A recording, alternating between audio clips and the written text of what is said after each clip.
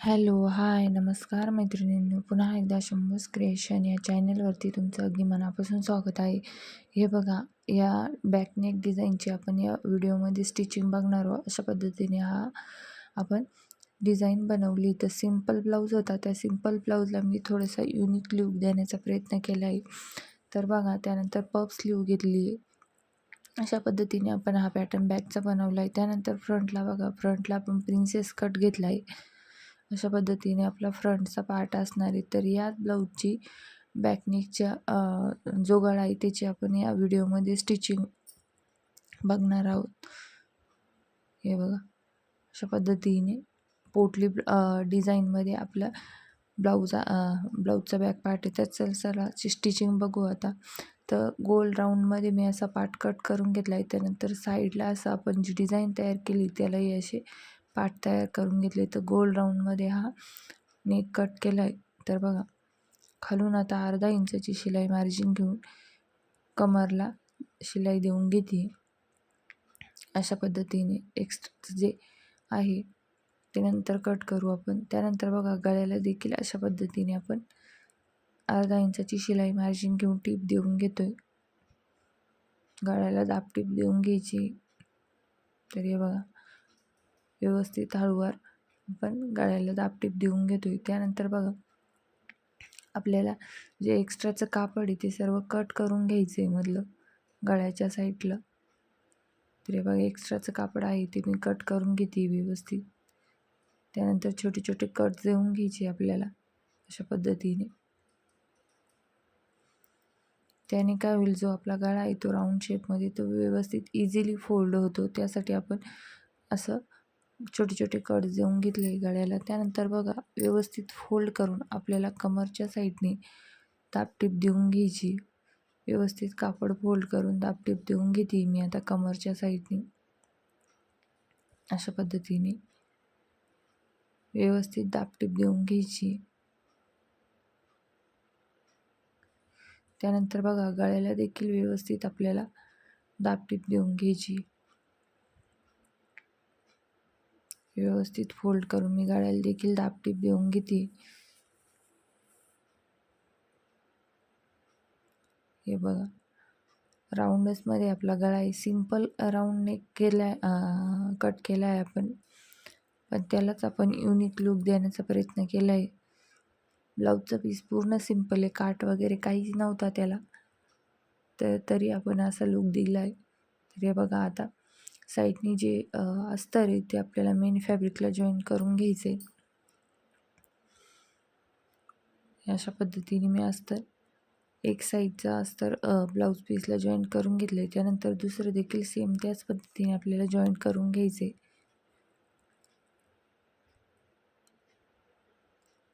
एक्स्ट्राचं जे कापड आहे ते कट करून घेते. सर्व कापड आपल्याला एक्स्ट्राचं कट करून घ्यायचं आहे.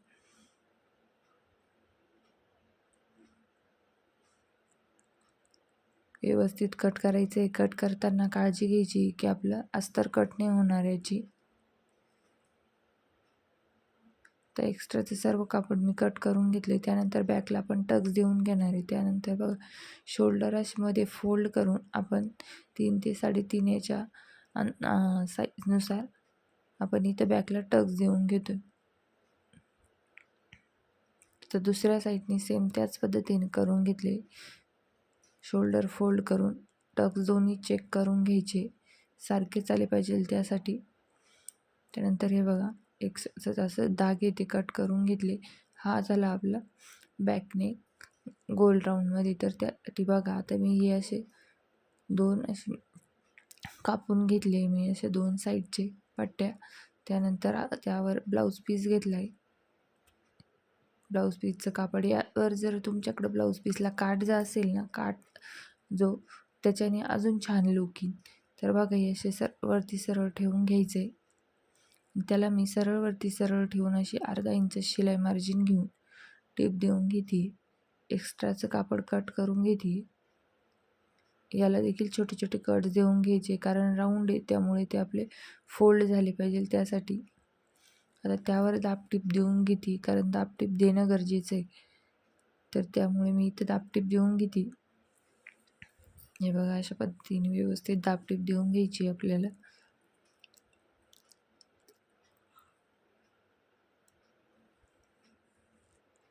आता त्यावर पुन्हा एक टीप देऊन घ्यायची. हे बघा व्यवस्थित कापड सेट करून आपल्याला त्यावर पुन्हा एक टीप देऊन घेते मी.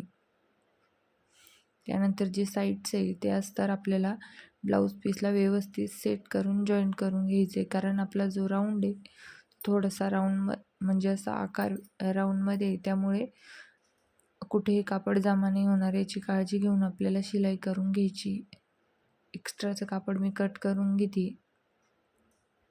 त्यानंतर बघा याला आपण अशी लेस लावणारी बघा अशा पद्धतीची लेस घेतली. तुम्ही कोणत्याही पद्धत तुम्हाला जशी हवी असेल तशी घेऊ शकता. त्यानंतर हे बघा मी अशी लेस लावून घेते.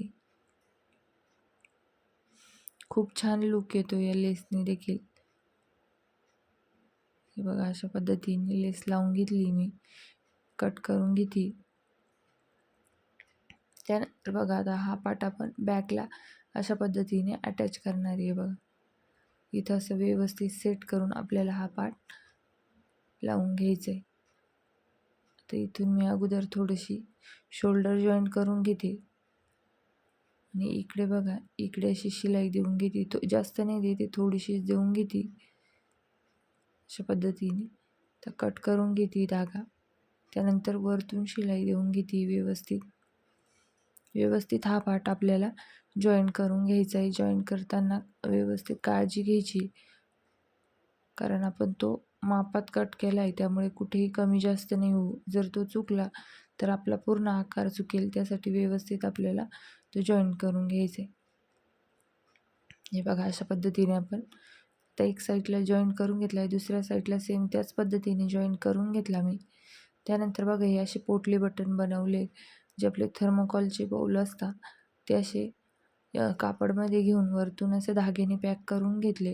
हे बघा अशा पद्धतीने 2 पोटली बटन तुम्हाला इथं बनवून दाखवले. सेम त्या पद्धतीने मी सर्व पोटली बटन इथं बनवून घेतले आणि 1-1 इंचाचं आपल्याला इथं आकार ड्रॉ केला आहे त्याच्या खालून आपल्याला मार्किंग करायचं आहे.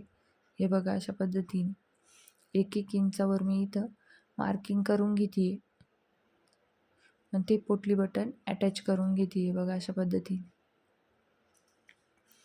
जी मार्किंग केली त्यावर आपल्याला पोटली बटन ठेवायचे व्यवस्थित आणि लॉक करून घ्यायचे.